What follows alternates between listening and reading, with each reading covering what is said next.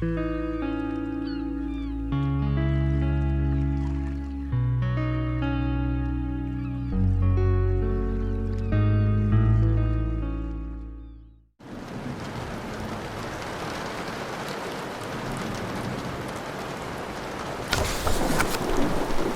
5 Diagonally. Harry woke early the next morning. Although he could tell it was daylight, he kept his eyes shut tight. It was a dream, he told himself firmly. I dreamt a giant called Hagrid came to tell me I was going to school for wizards. When I open my eyes, I'll be at home in my cupboard. There was suddenly a loud tapping noise. And there's Aunt Petunia knocking on the door, Harry thought, his heart sinking. But he still didn't open his eyes. It had been such a good dream. Tap, tap, tap. All right, Harry moaned. I'm getting up. He sat up, and Hagrid's heavy coat fell off him. The hut was full of sunlight. The storm was over. Hagrid himself was asleep on the collapsed sofa, and there was an owl rapping its claw on the window, a newspaper held in its beak. Harry scrambled to his feet, so happy he felt as though a large balloon was swelling inside him. He went straight to the window and jerked it open. The owl swooped in and dropped the newspaper on top of Hagrid, who didn't wake up. The owl then fluttered onto the floor and began to attack Hagrid's coat. Don't do that.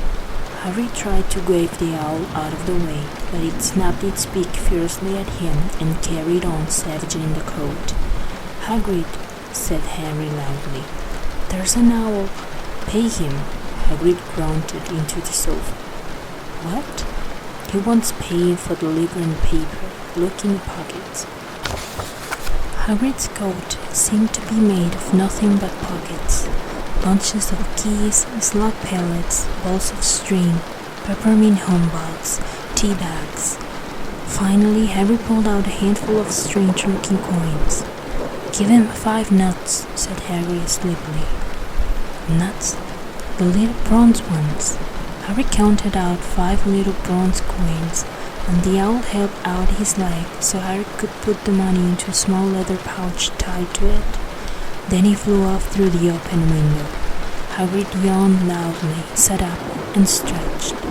Best be off, Harry. Lots to do today. Gotta get out to London and buy all your stuff for school. Harry was turning over the wizard coins and looking at them. He had just thought of something that made him feel as though the happy balloon inside him had got a puncture. Hagrid? Said Hagrid, who was pulling on his huge boots. I haven't got any money, and you heard Uncle Vernon last night. He won't pay for me to go and learn magic. Don't worry about that, said Hagrid, standing up and scratching his head. You think your parents didn't leave you anything? But if their house was destroyed, they didn't keep their gold in the house, boy. Now, first stop for us is Gringotts, Wizard's Bank. Have a sausage, they're not bad cold. And I wouldn't say no to a bit of your birthday cake neither. Wizards have banks? Just one, Gringotts, run by goblins. Harry dropped the bit of sausage he was holding. Goblins? Yeah, so you'd be mad to try and rob it, I'll tell you that. Never mess with goblins, Harry. Gringotts is the safest place in the world for anything you want to keep safe, except maybe Hogwarts. As a matter of fact, I gotta visit Gringotts anyway, for Dumbledore. Hogwarts business. Hagrid drew himself up proudly. He usually gets me to do important stuff for him. Fetching you, getting things from Gringotts. Knows he can trust me, see? Got everything? Come on then. Harry followed Hagrid out onto the rock. The sky was quite clear now, and the sea gleamed in the sunlight. The boat Uncle Vernon had hired was still there, with a lot of water in the bottom after the storm. How did you get here? Harry asked, looking around for another boat. Flew, said Hagrid. Flew? Yeah, but we'll go back in this. Not supposed to use magic now I've gotcha. They settled down in the boat. Harry still staring at Hagrid, trying to imagine him flying. "Seems a shame to roll, though," said Hagrid, giving Harry another of his sideways looks. "If I was to, speed things up a bit, would you mind not mentioning it at Hogwarts?" "Of course not," said Harry, eager to see more magic. Hagrid pulled out the pink umbrella again, tapped it twice on the side of the boat, and they sped off toward land.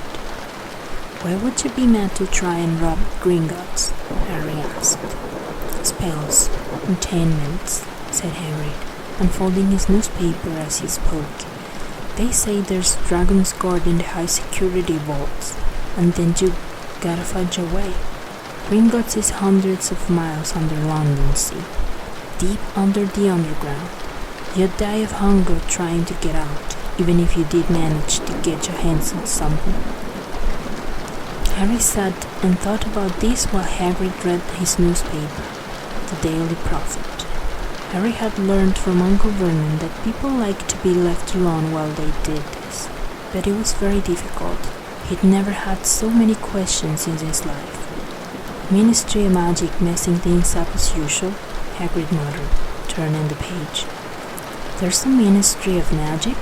Harry asked, before he could stop himself. "Of course," said Hagrid. "They wanted Dumbledore for Minister, of course, but he'd never leave Hogwarts, so old Cornelius Fudge got the job. Bungler if ever there was one, so he pelts Dumbledore with owls every morning, asking for advice. But what does a Ministry of Magic do? Well, their main job is to keep it from the Muggles that there's still witches and wizards up and down the country." "Why?" "Why? Blimey, Harry, everyone be wanting magic solutions to their problems. Nah, we're best left alone." This moment, the boat bumped gently into the harbor wall. Hagrid folded up his newspaper, and they clambered up the stone steps onto the street. Passers-by stared a lot at Hagrid as they walked through the little town to the station. Harry couldn't blame them. Not only was Hagrid twice as tall as anyone else, he kept pointing at perfectly ordinary things like parking meters and saying loudly, "See that, Hagrid? Things these Muggles dream up, huh?" "Hagrid," said Harry, panting a bit as he ran to keep up. "Did you say there are dragons at Gringotts?" "Well, so they say," said Hagrid. "Cracky, unlike a dragon." "You'd like one?" "Wanted one ever since I was a kid. Here we go." They had reached the station. There was a train to London in 5 minutes' time. Hagrid, who didn't understand Muggle money, as he called it, gave the bills to Harry so he could buy their tickets. People stared more than ever on the train. Hagrid took up 2 seats and sat knitting what looked like a canary yellow circuit stand. "Still got your letter, Harry?" he asked as he counted stitches. Harry took the parchment envelope out of his pocket. "Good," said Hagrid. "There's a list there of everything you need." Harry unfolded a second piece of paper he hadn't noticed the night before and read, "Howard School of Witchcraft and Wizardry uniform. First-year students will require 3 sets of plain work robes, black, 1 plain pointed hat, black for day wear, 1 pair of protective gloves, dragon hide or similar, 1 winter cloak, black, silver fastenings. Please note that all pupils' clothes should carry name tags. Course books. All students should have a copy of each of the following: The Standard Book of Spells, Grade 1 by Miranda Gosha, A History of Magic by Bathilda Bagshot, Magical Theory by Adalbert Waffling, A Beginner's Guide to Transfiguration by Emmerich Switch, 1000 Magical Herbs and Fungi by Felida Spore, Magical Draughts and Potions by Arsenius Jigger, Fantastic Beads and Where to Find Them by Newt Scamander, Dark Forces, A Guide to Self-Protection by Quentin Trim. Other equipment: 1 wand, 1 cauldron, pewter, standard size 2, one set of glass of crystal phials, one telescope set, one brass scales. Students may also bring an owl or a cat or a toad. Parents are reminded that first years are not allowed their own broomsticks. Can we buy all this in London? Harry wondered aloud. If you know where to go, said Hagrid. Harry had never been to London before. Although Hagrid seemed to know where he was going, he was obviously not used to getting there in an ordinary way. He got stuck in the ticket barrier on the underground and complained loudly that the seats were too small and the trains too slow. I don't know how the Muggles manage without magic, he said as they climbed a broken-down escalator that led up to a bustling road lined with shops.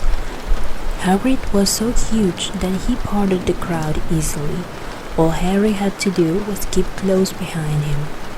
They passed bookshops and music stores, hamburger restaurants and cinemas, but nowhere that looked as if it could sell you a magic wand. This was just an ordinary street full of ordinary people. Could there really be piles of wizard gold buried miles beneath them? Were there really shops that sold spell books and broomsticks? Might this not all be some huge joke that the Dursleys had cooked up? If Harry hadn't known that the Dursleys had no sense of humor, he might have thought so. Yet somehow, even though everything Hagrid had told him so far was unbelievable, Harry couldn't help trusting him. This is it, said Hagrid, coming to a halt. The Leaky Cauldron. It's a famous place. It was a tiny, grubby-looking pub. If Hagrid hadn't pointed it out, Harry wouldn't have noticed it was there. The people hurrying by didn't glance at it. Their eyes slid from the big bookshop on the one side to the record shop on the other, as if they couldn't see the Leaky Cauldron at all. In fact, Harry had the most peculiar feeling that only he and Hagrid could see it. Before he could mention this, Hagrid had steered him inside. For a famous place, it was very dark and shabby. A few old women were sitting in a corner, drinking tiny glasses of sherry. One of them was smoking a long pipe. A little man in a top hat was talking to the old bartender. He was quite bald and looked like a toothless walnut. The low buzz of chatter stopped when they walked in. Everyone seemed to know Hagrid. They waved and smiled at him, and the bartender reached for a glass, saying, "The usual, Hagrid?" "Can't, Tom. I'm on Howard's business," said Hagrid, clapping his great hand on Harry's shoulder and making Harry's knees buckle. "Good Lord," said the bartender, peering at Harry. Can this be?" The Leaky Cauldron had suddenly gone completely still and silent. "Bless my soul," whispered the old bartender. "Harry Potter, what an honor." He hurried out from behind the bar, rushed toward Harry, and seized his hand, tears in his eyes. "Welcome back, Mr. Potter. Welcome back." Harry didn't know what to say. Everyone was looking at him. The old woman with the pipe was puffing on it without realizing it had gone out. Hagrid was beaming. Then there was a great scraping of chairs, and the next moment Harry found himself shaking hands with everyone in the Leaky Cauldron.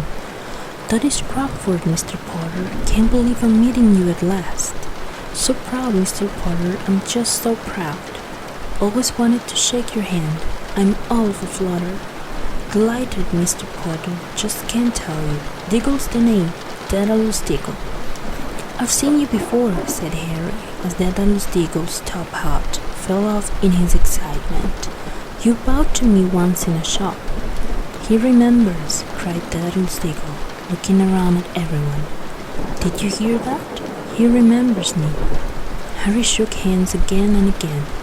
That Crockford kept coming back for more. A pale young man made his way forward very nervously. One of his eyes was twitching. "Professor Quirrell," said Hagrid. "Harry, Professor Quirrell will be one of your teachers at Hogwarts." Potter, stammered Professor Quirrell, grasping Harry's hand. Can't tell you how pleased I am to meet you. What sort of magic do you teach, Professor Quirrell? Defense against the dark arts, muttered Professor Quirrell, as though he'd rather not think about it. Not that you need it, huh, Potter? He laughed nervously. You'll be getting all your equipment, I suppose? I've got to pick up a new book on vampires myself. He looked terrified at the very thought. But the others wouldn't let Professor Quirrell keep Harry to himself. It took almost 10 minutes to get away from them all. At last, Hagrid managed to make himself heard over the babble. Must get on. Lots to buy. Come on, Harry. Doris Crockford shook Harry's hand one last time, and Hagrid led them through the barn and out into a small, walled courtyard, where there was nothing but a trash can and a few weeds. Hagrid grinned at Harry. Told you, didn't I? Told you was famous. Even Professor Quirrell was trembling to meet you. Mind you, he's usually trembling. Is he always that nervous?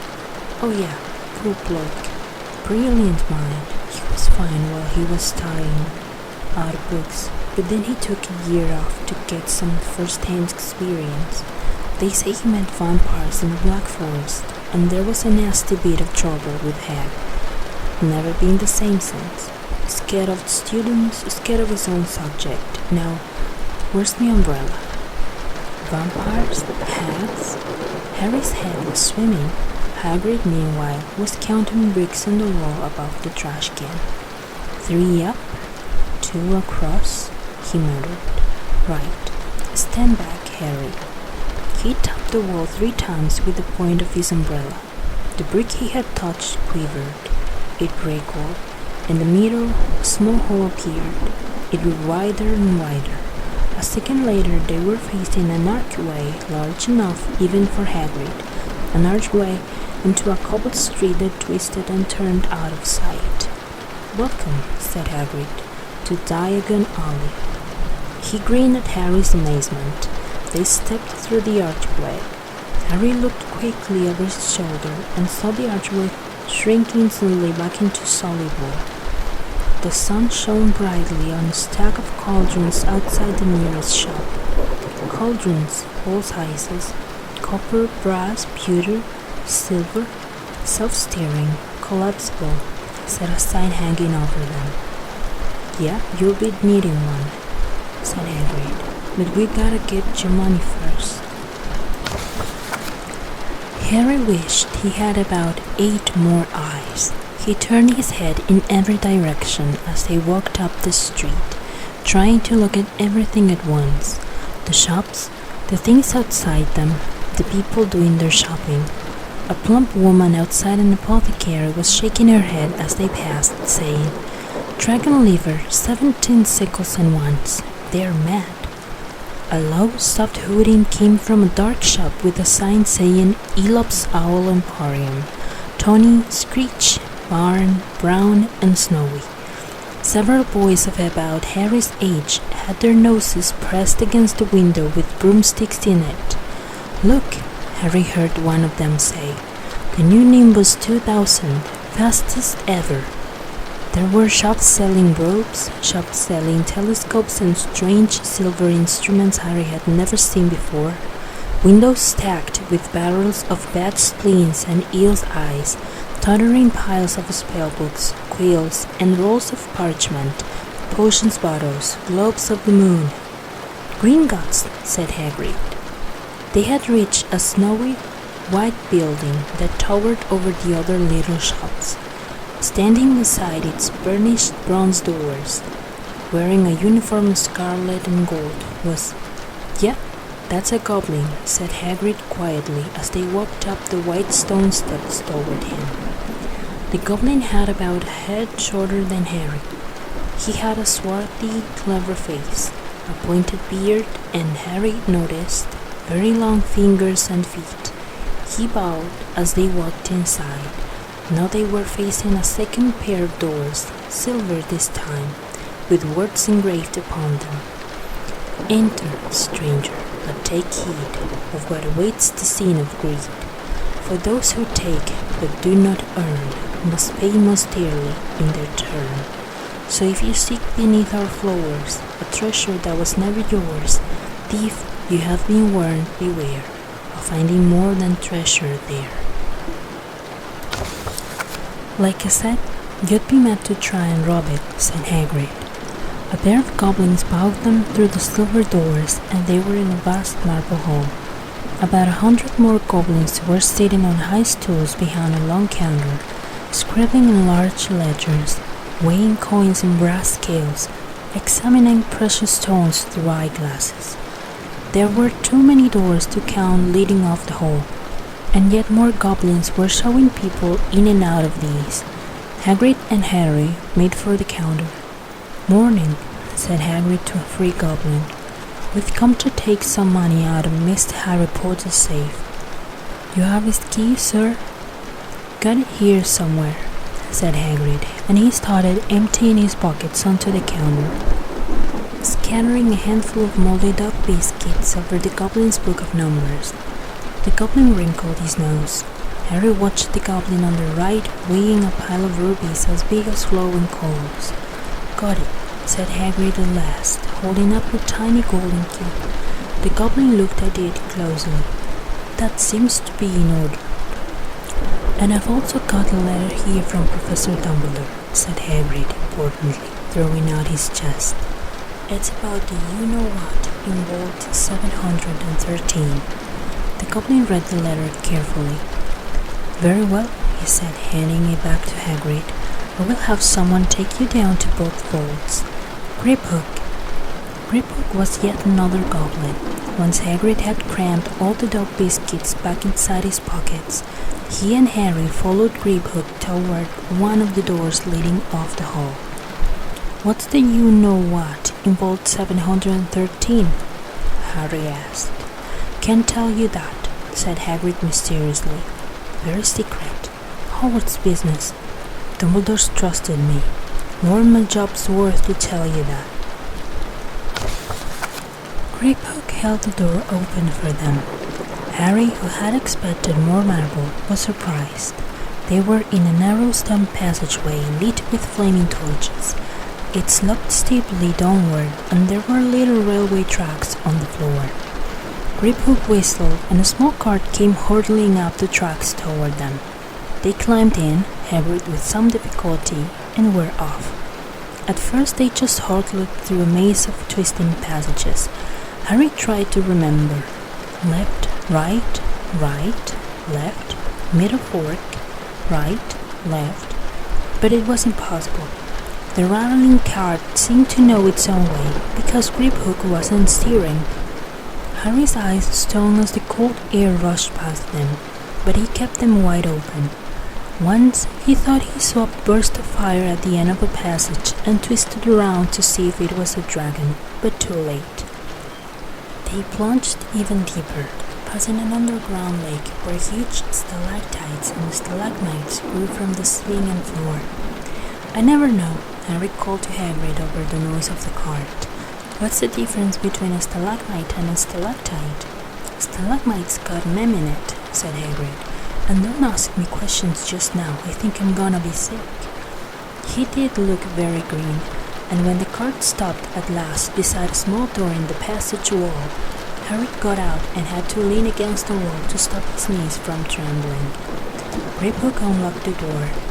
A lot of green smoke came billowing out, and as it cleared, Harry gasped.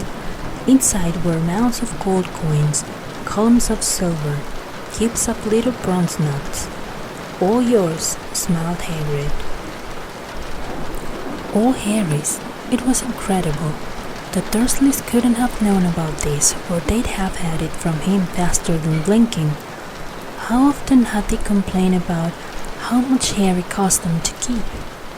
And all the time there had been a small fortune belonging to him buried deep under London.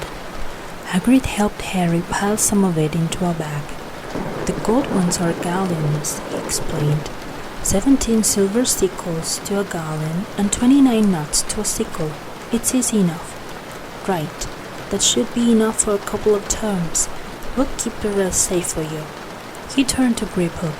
Well, 713 now, please. And can we go more slowly? One speed only, said Griphook. They were going even deeper now and gathering speed. The air became colder and colder as they hurtled round tight corners.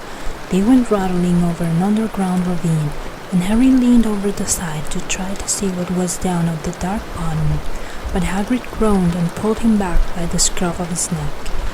Bolt 713 had no keyhole. Stand back, said Griphook importantly. He stroked the door gently with one of his long fingers, and it simply melted away.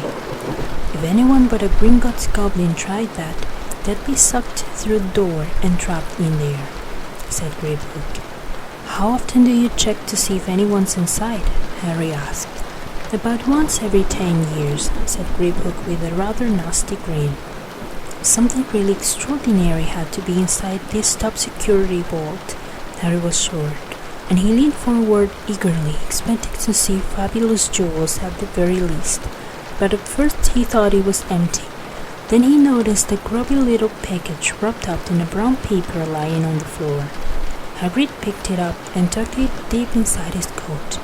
Harry longed to know what it was, but knew better than to ask. Come on, back in this infernal cart, and don't talk to me on the way back. It's best if I keep my mouth shut, said Hagrid.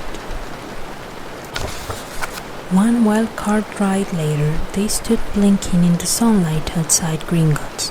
Harry didn't know where to run first now that he had a bag full of money. He didn't have to know how many gallons there were to a pound to know that he was holding more money than he'd had in his whole life, more money than even Dudley had ever had. Might as well get your uniform, said Hagrid, nodding toward Madame Malkin's robes for all occasions. Listen, Harry, would you mind if I slipped off for pick-me-up in a leaky cauldron? I hate them Gringotts cards. He did still look a bit sick, so Harry entered Madame Malkin's shop alone, feeling nervous. Madame Malkin was a squat, smiling witch dressed all in mauve. Hogwarts, dear, she said, when Harry started to speak. Got a lot here. Another young man being fitted up just now, in fact. In the back of the shop, a boy with a pale, pointed face was standing on a footstool while a second witch pinned up his long black robes. Madame Malkin stood Harry in a stool next to him, slipped a long robe over his head, and began to pin it to the right length. Hello, said the boy. Hogwarts too? Yes, said Harry. My father's next door buying my books, and my mother's up the street looking at wands, said the boy. He had a bored, drawling voice. Then I'm going to drag them off to look at racing brooms. I don't see why first years can't have their own. I think I'll bully father into getting me one, and I'll smuggle it somehow. Harry was strongly reminded of Dudley. Have you got your own broom? The boy went on. No, said Harry. Play Quidditch at all? No, said Harry again, wondering what on earth Quidditch could be. I do. Father says it's a crime if I'm not picked to play for my house, and I must say I agree. Know what house you'll be in yet? No, said Harry, feeling more stupid by the minute. Well, no one really knows until they get there, do they? But I know I'll be in Slytherin. All our family have been. Imagine being in Hufflepuff. I think I'd live, wouldn't you? Said Harry, wishing he could say something a bit more interesting. I say, look at that man, said the boy suddenly, nodding toward the front window. Hagrid was standing there, grinning at Harry and pointing at 2 large ice creams to show he couldn't come in. That's Hagrid, said Harry, pleased to know something the boy didn't. He works at Hogwarts. Oh, said the boy. I've heard of him. He's a sort of servant, isn't he? He is a gamekeeper, said Harry. He was liking the boy less and less every second. Yes, exactly. I heard he's sort of savage. lives in a hut on the school grounds, and every now and then he gets drunk, tries to do magic, and ends up setting fire to his bed. I think he's brilliant, said Harry coldly. Do you? Said the boy with a slight sneer. Why is he with you? Where are your parents? They're dead, said Harry shortly. He didn't feel much like going into the matter with this boy. Oh, sorry, said the other, not sounding sorry at all. But they were our kind, weren't they? They were a witch and wizard, if that's what you mean. I really don't think they should let the other sort in, do you? They're just not the same. They've never been brought up to know our ways. Some of them have never even heard of Hogwarts until they get the letter, imagine. I think they should keep it in the old wizarding families. What's your surname, anyway? But before Harry could answer, Madame Malkin said, That's you done, my dear. And Harry, not sorry for an excuse to stop talking to the boy, hopped down from the footstool. Well, I'll see you at Hogwarts, I suppose, said the drooling boy. Harry was rather quiet as he ate the ice cream Hagrid had bought him, chocolate and raspberry with chopped nuts. What's up? Said Hagrid. Nothing, Harry lied. They stopped to buy parchment and quills.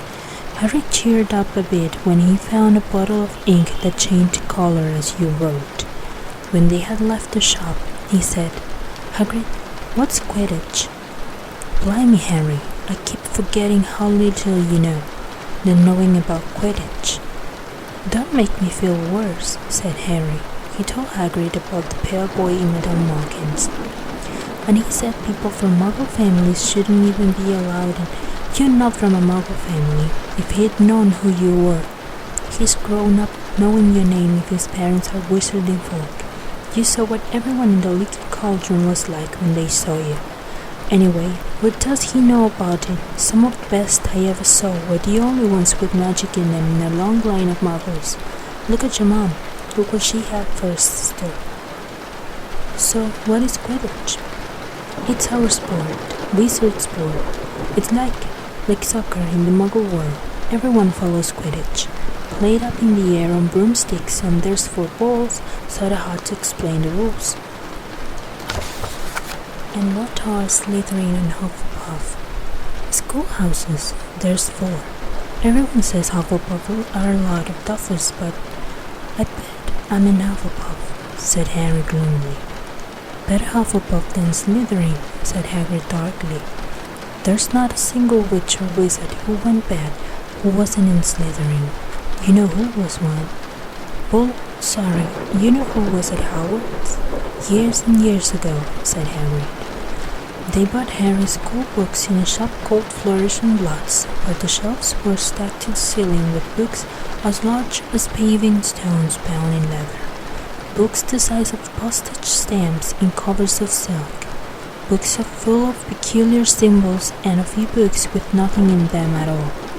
Even Dudley, who never read anything, would have been wild to get his hands on some of these.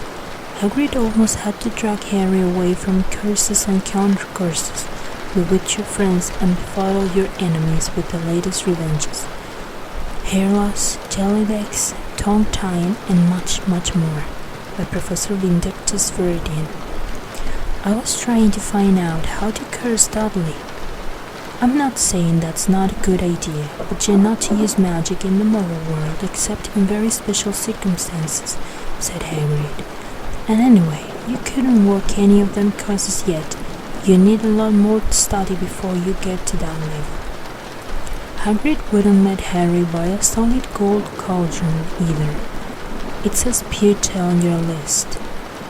But they got a nice set of scales for weighing potion ingredients and a collapsible brass telescope. Then they visited the apothecary, which was fascinating enough to make up for its horrible smell, a mixture of bad eggs and rot cabbages. Barrels of slimy stuff stood on the floor. Jars of herbs, dried roots, and bright powders lined the walls. Bundles of feathers, strings of fangs, and snarled claws hung from the ceiling. While Hagrid asked the man behind the counter for a supply of some basic potions ingredients for Harry himself examined silver unicorn horns at 21 galleons each and minuscule, glittery black beetle eyes, 5 knots a scoop. Outside the apothecary, Hagrid checked Harry's list again. Just your wand left. Oh yeah, and I still haven't got your birthday present. Harry felt himself go red. You don't have to. I know I don't have to. Tell you what, I'll get you animal, not toad. Toads went out of fashion years ago. You'd be laughed at. And I don't like cats, they make me sneeze. I'll get you an owl. All the kids want owls. They're dead useful, carry your email and everything. 20 minutes later, they left Elop's Owl Emporium, which had been dark and full of rustling and flickering jeweled bright eyes. Harry now carried a large cage that held a beautiful snowy owl, fast asleep with her head under her wing. He couldn't stop stammering his thanks, sounding just like Professor Quirrell. Don't mention it, said Hagrid gruffly. Don't expect you've had a lot of presents from them Dursleys. Just Ollivanders left now. Only place for wands, Ollivanders, and you gotta have the best wand. A magic wand. This was what Harry had been really looking forward to. The last shop was narrow and shabby. Peeling gold letters over the door read, Ollivanders, makers of fine wands since 882 BC. A single wand lay on a faded purple cushion in the dusty window. A tinkling bell rang somewhere in the depths of the shop as they stepped inside. It was a tiny place, empty except for a single spindly chair that Harry sat on to wait. Harry felt strangely, as though he had entered a very strict library. He swallowed a lot of new questions that had just occurred to him and looked instead at the thousands of narrow boxes piled neatly right up to the ceiling. For some reason, the back of his neck prickled. The very dust and silence in here seemed to tingle with some secret magic. Good afternoon, said a soft voice. Harry jumped. Hagrid must have jumped too, because there was a loud crunching noise and he got quickly off the spindly chair. An old man was standing before them, his wide, pale eyes shining like moons through the gloom of the shop. Hello, said Harry awkwardly. Ah, yes, said the man. Yes, I thought I'd be seeing you soon, Harry Potter. It wasn't a question. You have your mother's eyes. It seems only yesterday she was in here herself, buying her first wand. 10¼ inches long, swishy, made of willow. Nice wand for charm work. Mr. Ollivander moved closer to Harry. Harry wished he would blink. Those silvery eyes were a bit creepy. Your father, on the other hand, favored a mahogany wand, 11 inches, pliable, a little more power and excellent for transfiguration. Well, they say your father favored it. It's really the wand that chooses the wizard, of course. Mr. Ollivander had come so close that he and Harry were almost nose to nose. Harry could see himself reflected in those misty eyes. Ah, that's where. Mr. Ollivander touched the lining scar on Harry's forehead with a long white finger. I'm sorry to say you saw the wand that did it, he said softly. 13½ inches. Yeah. Powerful wand, very powerful. And in the wrong hands, well, if I'd known what that wand was going out into the world to do. He shook his head and then, to Harry's relief, spotted Hagrid. Rubius Hagrid. How nice to see you again. Oh, 16 inches. Rather bandy, wasn't it? It was, sir. Yes, said Hagrid. Good one, that one. But I suppose they snapped it in half when you got spelled? Said Mr. Ollivander, suddenly stern. Yes, they did, yes, said Hagrid, shuffling his feet. I've still got the pieces, though, he added brightly. But you don't use them? Said Mr. Ollivander sharply. Oh, no, sir, said Hagrid quickly. Harry noticed he gripped his pink umbrella very tightly as he spoke. said Mr. Ollivander, giving Hagrid a piercing look. Well now, Mr. Potter, let me see. He pulled a long tape measure with silver markings out of his pocket. Which is your one arm? Well, I'm right-handed, said Harry. Hold out your arm. That's it. He measured Harry from shoulder to finger, then wrist to elbow, shoulder to floor, knee to armpit, and around his head. As he measured, he said, Every Ollivander wand has a core of a powerful magical substance, Mr. Potter.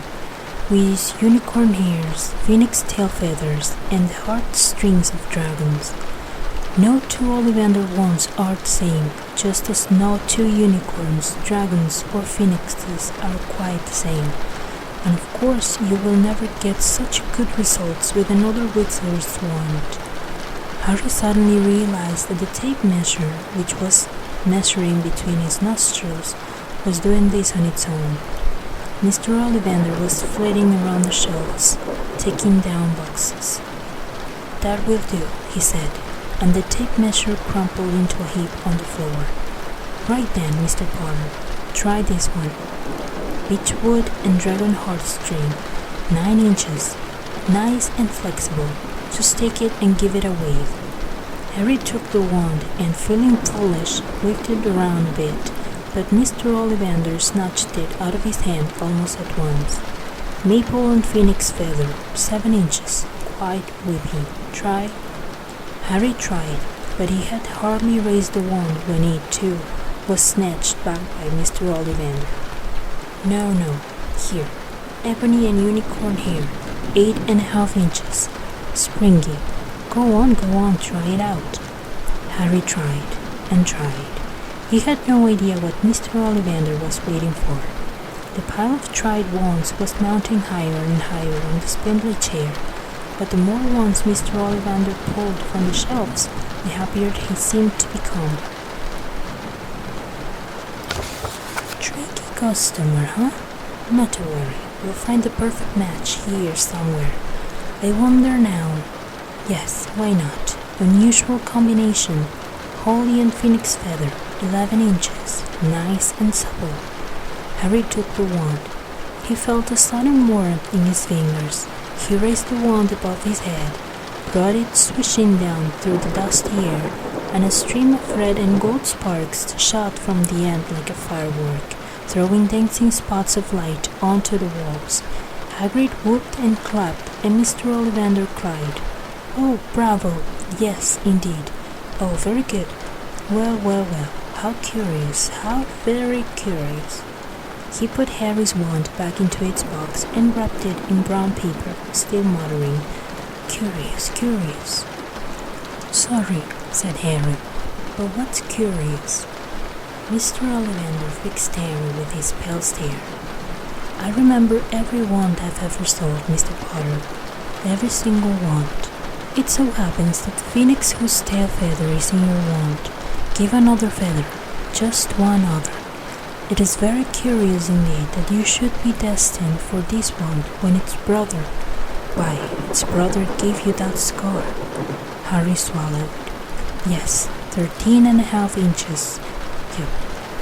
Curious indeed how these things happen. The wand chooses the wizard, remember. I think we must expect great things from you, Mr. Potter. After all, he who must not be named did great things. Terrible, yes, but great. Harry shivered. He wasn't sure he liked Mr. Ollivander too much. He paid 7 gold gallons for his wand, and Mr. Ollivander bought them from his shop. The late afternoon sun hung low in the sky as Harry and Hagrid made their way back down Diagon Alley, back through the wall, back through the leaky cauldron, now empty. Harry didn't speak at all as they walked down the road. He didn't even notice how much people were gawking at them in the underground, laden as they were with all their funny-shaped packages, with the snowy owl asleep in its cage on Harry's lap. Up another escalator, out into Paddington Station. Harry only realized where they were when Hagrid tapped him on the shoulder. "Got time for a bit to eat before your train leaves," he said. He bought Harry a hamburger and they sat down on plastic seats to eat them. Harry kept looking around. Everything looked so strange somehow. "You all right, Harry?" "You're very quiet," said Hagrid. Harry wasn't sure he could explain. He'd just had the best birthday of his life, and yet he chewed his hamburger, trying to find the words. "Everyone thinks I'm special," he said at last. "All those people in the leaky cauldron, Professor Quirrell, Mr. Ollivander, but I don't know anything about magic at all. How can they expect great things? I'm famous and I can't even remember what I'm famous for. I don't know what happened when the night my parents died." Hagrid leaned across the table. Behind the wild beard and eyebrows he wore a very kind smile. "Don't you worry, Harry. You'll learn fast enough. Everyone starts at the beginning at Hogwarts. You'll be just fine. Just be yourself. I know it's hard. You've been singled out, and that's always hard. But you'll have a great time at Hogwarts. I did. Still do, as a matter of fact." Hagrid helped Harry onto the train that would take him back to the Dursleys, then handed him an envelope. "Your ticket for Hogwarts," he said. "1st of September, King's Cross. It's all in your ticket. Any problems with the Dursleys, send me a letter with your owl. She'll know where to find me. See you soon, Harry." The train pulled out of the station. Harry wanted to watch Hagrid until he was out of sight. He rose in his seat and pressed his nose against the window, but he blinked and Hagrid had gone.